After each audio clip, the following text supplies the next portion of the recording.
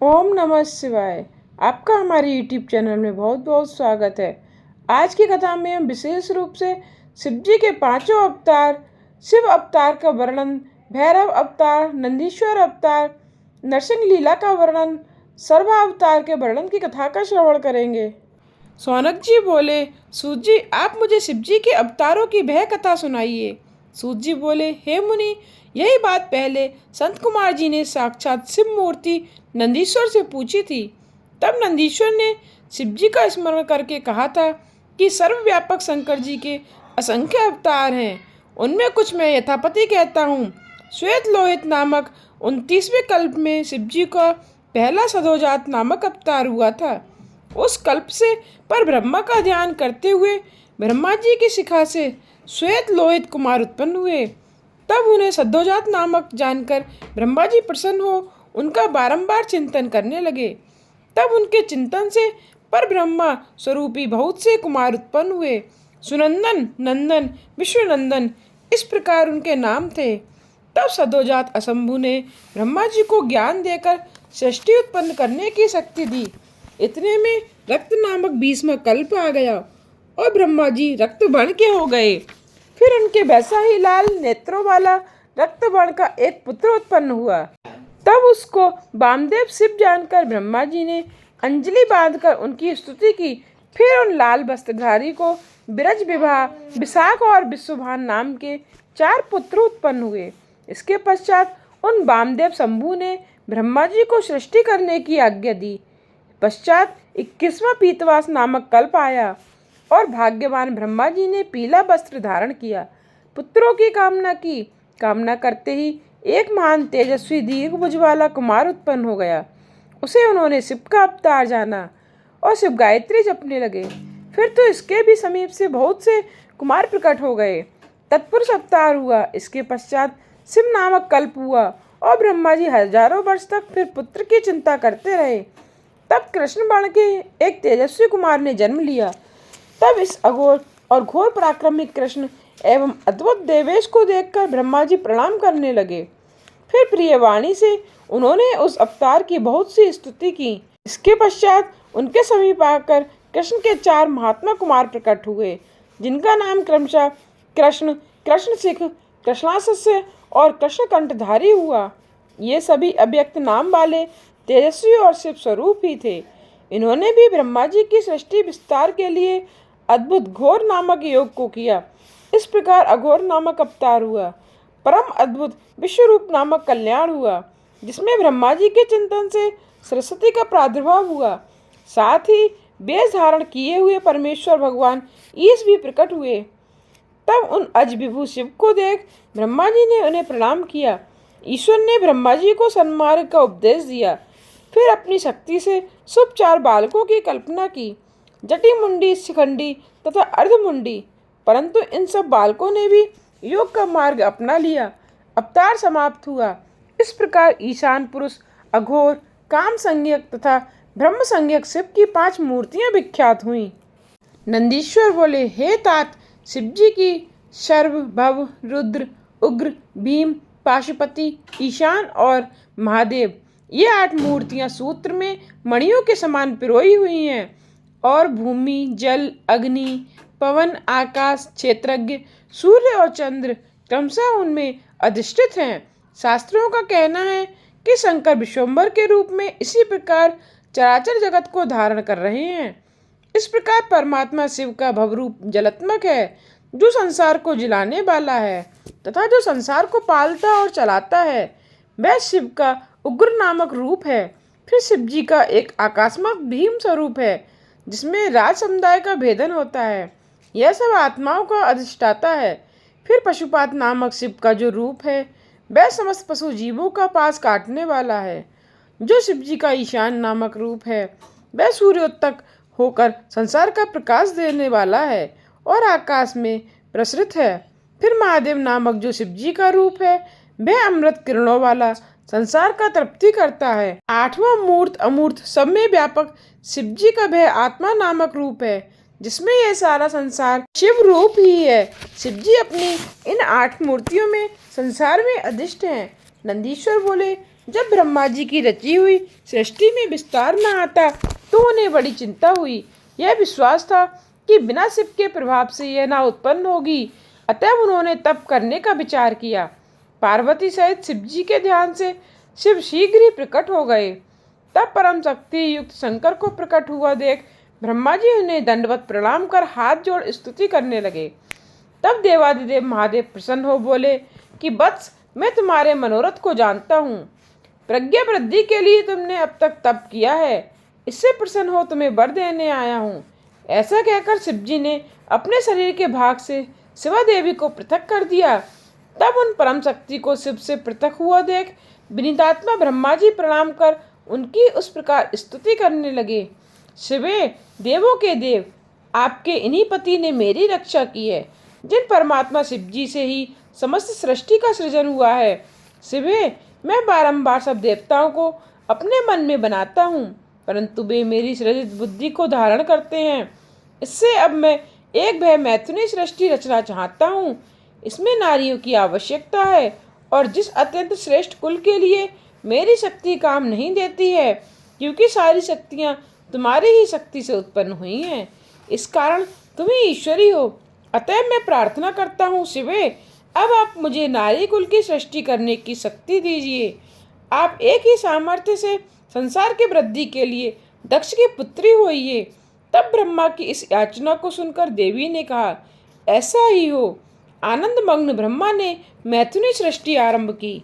नंदीश्वर बोले, सर्वज्ञ संत कुमार जी द्वारा रुद्र से कहा हुआ शिव चरित्र निरंतर ब्रह्मा को सुखदायक है। शिव जी बोले, हे ब्रह्मा, 7वें मनवंतर 12 कल्प होगा, जिसमें कल्पेश्वर भगवान प्रकट होकर सब लोगों के प्रकाश करने वाले होंगे, और तुम वैवस्वत मनु के परपोते होोगे। उस मनवंतर में 4 युग होंगे, और द्वापर के अंत में ब्राह्मणों के हितार्थ में उत्पन्न होऊंगा। तब युग की उत्प्रवृत्ति के अनुसार जब द्वापर का प्रथम आरंभ होगा, तब उसमें व्यास जी स्वयं प्रभु होंगे, और कलयुग के अंत में मैं शिवायुक्त श्वेत नामक महामुनि होऊंगा। हिमालय के शिखर में ब्रह्मा जी मेरे शिष्य होंगे, तथा मुझ अव्यय को तत्व जानकर और भी मेरे बहुत से भक्त होंगे। फिर द्वापर में सत्य नामक प्रजापति होंगे, और कलयुग में मैं सुतारी नाम से प्रसिद्ध होऊंगा, तथा उस युग में भी बहुत से वेदज्ञ ब्राह्मण मेरे शिष्य होंगे, जैसे दुंदुभी, शत्रुप, त्रिशीक और केतु। फिर ये चारों भी ध्यान योग से मेरे पुत्र को प्राप्त होंगे। इस प्रकार जब द्वापर का तीसरा चरण होगा, तब भार्गव व्यास होंगे, और मेरे पुर के समीप ही वे दमन नाम से प्रसिद्ध होंगे। तब वहाँ मेरे विशोकादि 4 पुत्र उत्पन्न होंगे। ये व्यास जी के शिष्य होंगे, और उस कलयुग में उन्हें दृढ़ निवृत्ति का उपदेश करूँगा। फिर चौथे द्वापर में अंगिराजी व्यास होंगे। उस समय मैं श्रोत्र नाम से प्रकट होऊंगा। वहाँ भी मेरे 4 पुत्र होकर वे चारों भी महात्मा हो जाएंगे, जिसका नाम सुमुख, दुर्मुख, दुर्धर्व और दुरत्रिक्रम होगा। उस समय भी मैं व्यास जी के शिष्यों की सहायता करूँगा। इसके पश्चात 5वें द्वापर में सविता नामक व्यास और मैं कंडक नामक योगी एवं तपस्वी होऊंगा, तथा सनक, सनंदन, सनातन और संत कुमार ये चारों पुत्र होंगे। फिर 6वें द्वापर में लोकों के कर्ता, वेद विभाग करता मृत्यु नामक व्यास होंगे, और मैं लोकाक्षी नाम से व्यास की सहायता के अर्थ मुक्ति मार्ग को आश्रय दूंगा।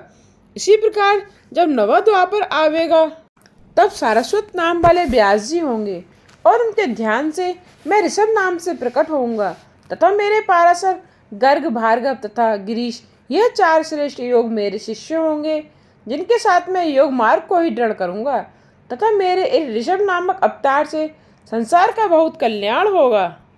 शिव जी बोले, द्वापर के 10वें भाग एक त्रिधामा नामक व्यास मुनि होंगे, जो हिमालय के उच्च शिखर पर भृंगु नामक स्थान में रहेंगे, तथा वहाँ भी मेरे भृंगु, बलबंधु, नरामित्र और केतु श्रृंग नामक 4 तपोधन पुत्र होंगे। फिर 11वां द्वापर आवेगा, जिसमें तिब्रत नामक व्यास होंगे, और मैं कलिंग में गंडा के द्वापर में तप नाम से प्रकट होऊंगा, और वहाँ भी मेरे 4 दृढ़ व्रतधारी पुत्र होंगे। फिर 12वां द्वापर आवेगा, जिसमें सत्तेजा मुनि व्यास होंगे, और इस प्रकार द्वापर में व्यास जी के 28 अवतार होंगे, और प्रत्येक कली के प्रारंभ में योगेश्वरों का अवतार होता रहेगा तथा उनके 4 पुत्र सर्वदा प्रत्येक अवतार में होते रहेंगे। वे सब योग मार्ग में प्रवर्तक और शैव अविनाशी होंगे। सभी सर्वदा शिवजी के भक्त शिष्य, पाशुपत व्रत करने वाले, शरीर में भस्म लगाए रुद्राक्ष मालाधारी और ललाट पर त्रिपुंड लगाने वाले होंगे। ये सभी शिष्य धर्म में तत्पर, वेद वेदांग के परगामी, नित्य भयाभ्यंतर लिंगार्चन करने वाले होंगे। इनकी सर्वदा मुझ में भक्ति रहेगी और ये योग द्वारा सदैव ध्यानावस्थित में रह जितेंद्रिय रहेंगे। जिनकी इन 2800 द्वापरों में कुल संख्या 112 होगी। यह मैंने मनु आदि से लेकर कृष्ण पर्यंत 2800 युगों के क्रम से सब अवतारों का वर्णन किया। इन सब के अंत में जब कृष्णदेव पायन व्यास होंगे तब ये श्रुतियां सहित ब्रह्म लक्षणों से युक्त वेदांत शास्त्र का वर्णन करेंगे। ब्रह्मा जी से ऐसा कहकर उनके देखते देखते शिव अंतर ध्यान हो गए। संत कुमार जी बोले, नंदीश्वर जी, शिव जी के अंश से आप कैसे उत्पन्न हुए तथा परम गुह्य शिव तत्व को आपने कैसे जाना? नंदीश्वर बोले, संत कुमार जी, अब आप सावधान होकर वह सुनिए कि जिस प्रकार मैं शिव जी का अंशज हुआ, एक समय जलपुत्र की कामना से श्राद्ध ऋषि शिव जी का तप और ध्यान करते हुए शिवलोक को प्राप्त हुए। तब देवताओं के प्रभु इंद्र उनके तप से प्रसन्न हो वर देने के लिए उनके समीप गए और कहा, वर मांगो। इस पर इंद्र को प्रणाम कर अनेक स्तुतियों से उनका आदर करते हुए मुनि शार्दुल शिलाद हाथ जोड़कर बोले, यदि आप मुझ पर प्रसन्न हैं तो मुझे आयोनिज तथा मृत्युहीन पुत्र दीजिए। इंद्र ने कहा, मृत्युहीन तो कोई नहीं होता, हरि ब्रह्मा आदि भी तो मृत्यु वाले ही हैं। हाँ, यदि देवेश्वर रुद्र प्रसन्न हो जाएं तो वे अयोनिज मृत्यु रहित तुझे दे सकते हैं। इंद्र उस ब्राह्मण से ऐसा कह देवताओं सहित अपने लोक को चले गए। इसके पश्चात शिलाद ने महादेव जी की आराधना की, 1000 वर्ष तक घोर तपस्या की। उनके शरीर पर दीमकों ने मिट्टी चढ़ा दी। तब शिवजी ने उसे अपना रूप दिखाया। देवताओं के अधिपति ने उसे वर देने को कहा, परंतु समाधि में लीन शिलाद को उनकी वाणी सुनाई ही न दी। शिवजी ने अपने शुभ करों से स्पर्श किया, तब उसकी समाधि टूटी। नेत्र खोलकर देखा तो उमा सहित शिवजी समक्ष ही खड़े थे। वह उनके चरणों में गिर पड़ा और स्तुति करने लगा। भगवान शंकर ने कहा, मैं वर देने आया हूँ। मैं तुम्हें सर्वज्ञ और सर्वशास्त्रों से पारंगत पुत्र देता हूँ। शिलाद ने गदगद कंठ और सजल नेत्रों से हाथ जोड़कर कहा, महादेव जी, आप मुझ पर प्रसन्न हैं और वर देना चाहते हैं तो अपने समान ही मृत्यु रहित तथा योनिज पुत्र दीजिए। त्र्यंबक शंकर जी ने कहा, एवं मस्तु कह शंकर जी अंतर ध्यान हो गए। शिलाद ने अपने स्थान में आकर सब वृतांत ऋषियों से कहा, फिर यज्ञ के लिए आंगन खोदने लगा। फिर उसी समय उनकी आज्ञा से मैं उनका पुत्र रूप होकर प्रलयाग्नि के समान देदीप्यमान होकर प्रकट हुआ। देवताओं ने फूल बरसाए, ऋषियों और गंधर्वादिकों ने गुणगान किया। संपूर्ण ब्रह्मादिक देवता अपनी स्त्रियों सहित विष्णु, शिव और अंबिका आदि उस स्थान पर आए। अप्सराएं नाचने लगीं और सब प्रसन्न हो मेरी लिंग मूर्ति स्थापित कर पूजा करने लगे। फिर शंकर पार्वती भी पधारे। मेरे पिता शिलाद ने मुझे 3 नेत्र वाला चतुर्भुज और जटा मुकुटधारी बालक देख बड़ी प्रसन्नता प्रकट की। सभी ने प्रणाम किया। तब शिलाद ने यह कहकर कि सुरेश्वर, तुमने मुझे आनंद दिया, इस कारण तुम्हारा नाम नंदी होगा। इस प्रकार मेरे सहित शंकर जी को प्रणाम कर मेरे पिता अपनी पर्णकुटी में गए और उन्हें बड़ी प्रसन्नता हुई। फिर जब मैं शिलाद मुनि की कुटी में गया तो वहाँ मैंने अपना सब स्वरूप त्याग साधारण रूप धारण कर लिया। तब मुझे साधारण कर मनुष्य के रूप में देख मेरे पिता रोने लगे और इन्हें यह देख मेरी ओर से बड़ा भारी दुख उत्पन्न हुआ। परंतु पुत्र का प्रेम तो था ही। शालंकायन के पुत्र मेरे पिता ने मेरा सब जात कर्मादि संस्कार किया और मुझे मातृवर्ण की अवस्त्रों का सांगड़ोपाण पाठ पढ़ा दिया। जब मैं 7 वर्ष का हुआ तो मित्रावरुण मुझे देखने आए। जब मेरे पिता ने उसका सत्कार कर बैठाया तो वे महात्मा मुझे बारंबार देखने लगे और मेरे पिता से बोले, तात, यह तुम्हारा बालक तो बहुत थोड़ी अवस्था वाला है। इसने इतने ही समय में समस्त शास्त्रों को कैसे पढ़ लिया? परंतु अब तो इसकी 1 ही वर्ष की आयु और है। तब उस ब्राह्मण के ऐसा कहने पर मेरे पिता श्राद्ध मारे दुख के रुदन करने लगे। तब मृतक के समान हुए पिता को देखकर वह प्रसन्नात्मा बालक शिवजी के चरण कमलों का ध्यान करते हुए अपने पिता से बोला, तात, आप इतने दुखी क्यों होते हैं? आपको यह कौन सा दुख प्राप्त हो गया? मुझसे कहिए। पिता ने कहा, मैं तुम्हारी अल्प मृत्यु से दुखी हूँ, मैं किसकी शरण में जाऊँ? पुत्र बोला, मुझे देव, दानव, यक्षराज, काल तथा मनुष्य कोई भी नहीं मार सकता। पिताजी, मैं आपकी शपथ खाकर कहता हूँ, यह मेरा कहना सत्य है। पिता बोला, पुत्र, तुम्हारा कौन है प्रभु कि जिसकी तपस्या से तुम मेरे इस कठिन दुख को दूर कर सकोगे? पुत्र ने कहा, पिताजी, मैं तप से या विद्या से ही मृत्यु को दूर भगा दूंगा। केवल शंकर जी के ही भजन से मैं मृत्यु को जीतूंगा, इसमें संदेह नहीं है। ऐसा कह अपने पिता को प्रणाम और प्रदक्षिणा कर मैं नंदी एक महावन की ओर चला गया। नंदकेश्वर बोले, वहां जाकर मैं धीरतापूर्वक एकांत में कठिन तप में स्थित हुआ और पार्वती सहित शिवजी ने वहां प्रकट होकर मुझसे कहा, हे शिलाद के पुत्र, मैं तुम्हारे तप से संतुष्ट हूँ, तुम्हारे मन में जो है वर मांगो। यह सुन मैं जरा शोकनाशक शिवजी की स्तुति करने लगा। तब शंकर जी ने दोनों हाथों से मुझे पकड़कर स्पर्श किया और बोले, वत्स नंदिनी, तुम्हारे लिए मृत्यु से भय कैसा? उन दोनों ब्राह्मणों को तो मैंने ही भेजा है, तुम तो मेरे समान हो, इसमें कुछ भी संदेह नहीं है। तुमसे हृदय जनों के सहित अमर, अजर, दुख रहित, अविनाशी, अक्षय और मेरे प्रिय हो, तुमको जरा और मृत्यु नहीं प्राप्त होगी। ऐसा कहकर शिवजी ने अपने सिर की एक माला खोलकर मेरे कंठ में बांध दी। उस माला को पहनते ही मानो मैं 3 नेत्र और 10 भुजाओं वाला दूसरा शिव ही हो गया। फिर परमेश्वर ने मुझे अपने हाथ पकड़कर कहा, कहो अब तुमको और क्या श्रेष्ठ वर दूं? ऐसा कह वृषभध्वज ने अपनी जटाओं से हार के समान निर्जल जल ग्रहण कर नंदी हो ऐसा कहकर मेरे ऊपर छिड़क दिया। उससे जटोरक, त्रिशोत्रा, वृषभध्वनि, स्फटिका और जम्बू नदी, यह 5 नदियां बह चली। इस स्थान का नाम पंचनद नाम पड़ा, जो अब तक जप्तेश्वर के समीप वर्तमान है। जो वहाँ पंचनद पर जाकर जप्तेश्वर शिव की पूजा करता है, वह निसंदेह शिव की मुक्ति पाता है। फिर शिवजी ने पार्वती से कहा कि अब नंदी को गणेश्वर पद पर अभिषिक्त करता हूँ, तुम्हारी क्या सम्मति है? इस पर पार्वती जी ने कहा, परमेश्वर, इस नंदी को आप मुझे दे दीजिए। नाथ, यह श्राद्ध पुत्र आज से मेरा परम पुत्र हुआ। पश्चात परम स्वतंत्र भक्त वत्सल शिवजी ने अपने समस्त गणों को बुलाकर कहा, हे नंदीश्वर, ये मेरा पुत्र है, इसे मैंने सब गणों का अधिपति बनाया है। ऐसा ही तुम सब मेरे वचन का पालन करना। आज से यह तुम सबका स्वामी हुआ।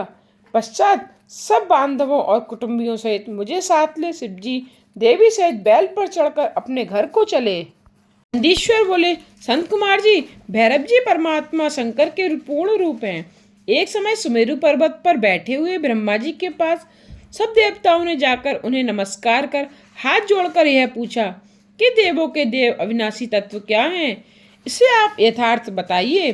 तब शंकर जी की माया से मोहित हो ब्रह्मा उस तत्व को न जानते हुए भी उस भाव को कहने लगे कि ऋषियों, मैं उस अविनाशी भाव को यथार्थ रूप से कहता हूँ। आप लोग सावधान होकर सुनिए, मुझसे बढ़कर कोई देवता नहीं है। मैं ही एकमात्र संसार को उत्पन्न करने वाला स्वयं भू अज ईश्वर अनादि भोक्ता ब्रह्मा और निरंजन आत्मा हूँ। मैं ही संसार को प्रवृत्त और निर्वृत्त करने वाला हूँ और मुझसे बढ़कर कोई देवता नहीं है। जिस समय यह वार्ता हो रही थी, वहाँ मुनि मंडली के साथ विष्णु जी भी विद्यमान थे। तब जैसे ही ब्रह्मा जी यह कहकर चुप हुए कि वैसे ही विष्णु जी ने उनको समझाते हुए कहा, ब्रह्मा, यह तुम क्या कर रहे हो? मेरी आज्ञा से ही तो तुम इस सृष्टि के रचयिता हो।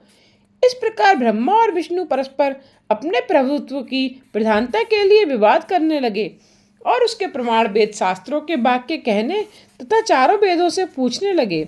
चारों वेद मूर्ति धारण किए वहां उपस्थित हुए। तब परेश प्रभु शिव का स्मरण करते हुए ऋग्वेद आदि चारों वेदों में पहले ऋकु ने कहा, जिसके भीतर समस्त भूत निहित है तथा जिससे सब कुछ प्रवृत्त होता है और जिसको परम तत्व कहा जाता है, वह एक रुद्र ही है। फिर यजुर्वेद ने कहा, जिनके द्वारा हम भी प्रमाणित होते हैं तथा जिस ईश्वर का संपूर्ण यज्ञों तथा योग से भजन किया जाता है, वह सबका दृष्टा एक शिव जी है। फिर सामने कहा, जो समस्त संसारी जनों को भ्रमाता है तथा जिसे योगी जन ढूंढते हैं और जिसकी कांति से सारा संसार प्रकाशित होता है, वह एक त्र्यंबक शिव जी हैं। फिर अथर्व ने कहा, जिसका भक्ति से साक्षात्कार होता है, वह एक केवल शंकर जी हैं, जिनमें कोई दुख नहीं है। तथा वेदों के इस कथन को सुनकर ब्रह्मा विष्णु ने कहा, वेदों, तुम्हारा यह अज्ञान है। भला नित्य सेवा से रमण करने वाले, नंगे रहने वाले, पीतवर्ण धूसरति प्रथम नाथ शिव को परम तत्व कैसे कहा जा सकता है? शिव जी पर ब्रह्मा कैसे हो सकते हैं? तब उन दोनों के ऐसे वचन सुन सब स्थानों में अमूर्त और मूर्तिवान स्थिर रहने वाले ओंकार ने कहा, भगवान शिव शक्तिधारी हैं, अपनी शक्ति के बिना रमण नहीं कर सकते, क्योंकि वे लीलाधारी हैं, परंतु वही परमेश्वर हैं। तब ओंकार के इस प्रकार कहने पर भी शिव माया से मोहित ब्रह्मा विष्णु की बुद्धि नहीं बदली और वे विवाद करते ही रहे। तब उन दोनों के मध्य में एक ऐसी विशाल ज्योति प्रकट हो गई कि जिसका आदि अंत कुछ नहीं था। उसने ब्रह्मा का पंचम सिर जलने लगा। इतने में ही त्रिशूलधारी नील लोहित तक्षण वहां प्रकट हो गए और ब्रह्मा उससे बोले, नील लोहित चंद्रशेखर, भय मत करो। मैं तुमको जानता हूँ कि तुम पहले मेरे सिर से प्रकट हुए थे और रुदन न करने के कारण ही मैंने तुम्हारा नाम रुद्र रखा था। हे पुत्र, मेरी शरण आओ, मैं तुम्हारी रक्षा करूंगा। तब ब्रह्मा की इस अहंकारपूर्ण वाणी को सुनकर शिवजी को बड़ा क्रोध आ गया।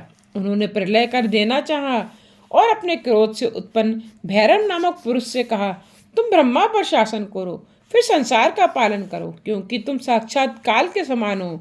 इस कारण तुम काल के भैरव हो।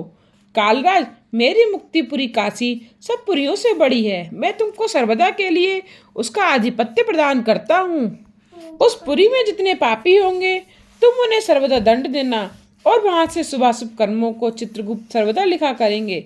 शिव जी से ऐसा वर ग्रहण कर काल भैरव ने तत्काल ही अपनी बाई उंगलियों के नखाग्र से ब्रह्मा का पांचवा सिर काट लिया। भयभीत ब्रह्मा शतरुद्री का पाठ करने लगे। ब्रह्मा विष्णु को ज्ञान हो गया। अब दोनों ने शिव जी को पर ब्रह्म परमात्मा समझा।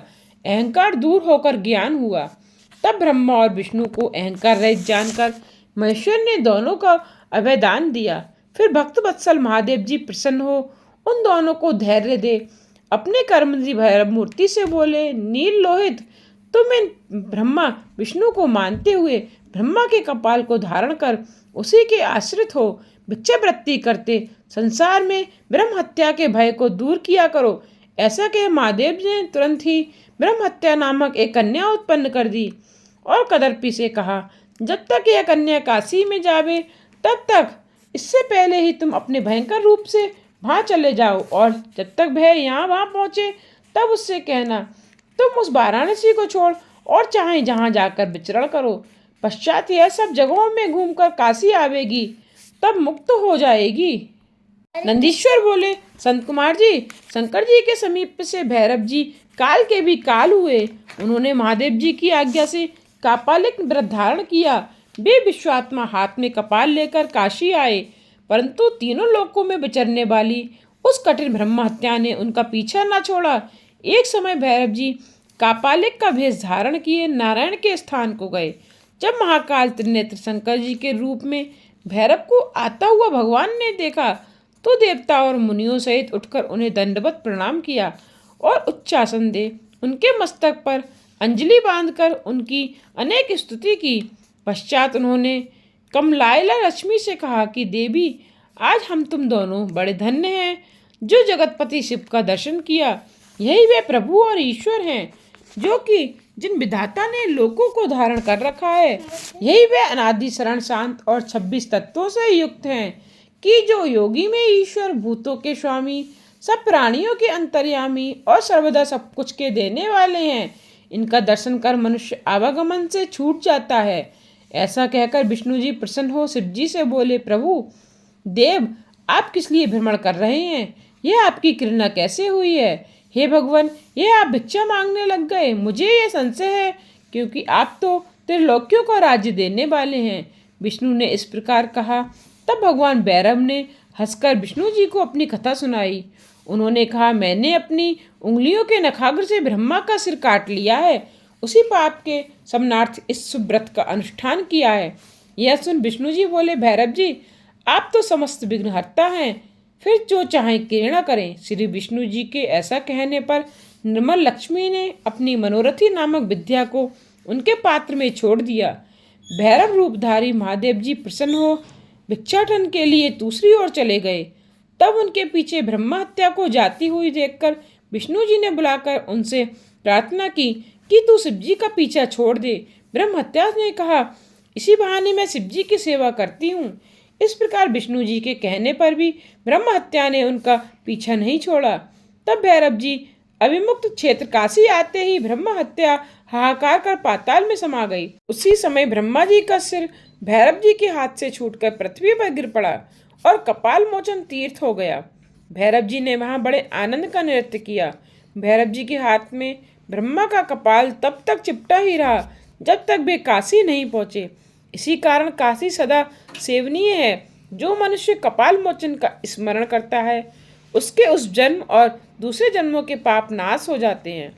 इस तीर्थ में जाकर सविधि पिंडदान और देव पितृ तर्पण करने से मनुष्य ब्रह्म हत्या के पाप से छूट जाता है तथा जो नित्य भैरव जी का दर्शन करता है वह अपने हजारों जन्मों के पाप को नष्ट करता है।